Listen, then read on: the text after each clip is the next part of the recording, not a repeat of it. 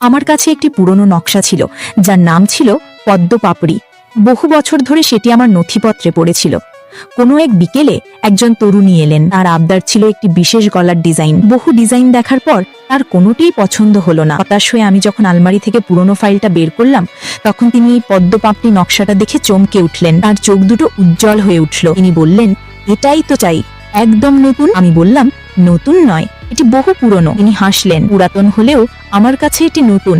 আপনি শুধু এর উপর একটু জড়ি আর মুক্তোর কাজ করে দিন। আমি কাজটি হাতে নিলাম।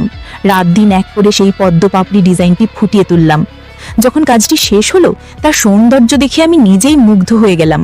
মনে হলো পুরনো হলেও এর আবেদন চিরন্তন। সেই তরুণী পোশাকটি হাতে নিয়ে বললেন, আপনি একজন জাদুকর। আমার বহু পুরনো শাড়ি আজ নতুন জীবন পেল। সেই থেকে আমার দোকানের নাম হয়ে গেল পদ্ম পাপড়ি টেলার। ভিডিওটি কেমন লাগলো জানান। ভালো লাগলে ভিডিওটিতে একটি লাইক দিয়ে চ্যানেলটিকে সাবস্ক্রাইব করে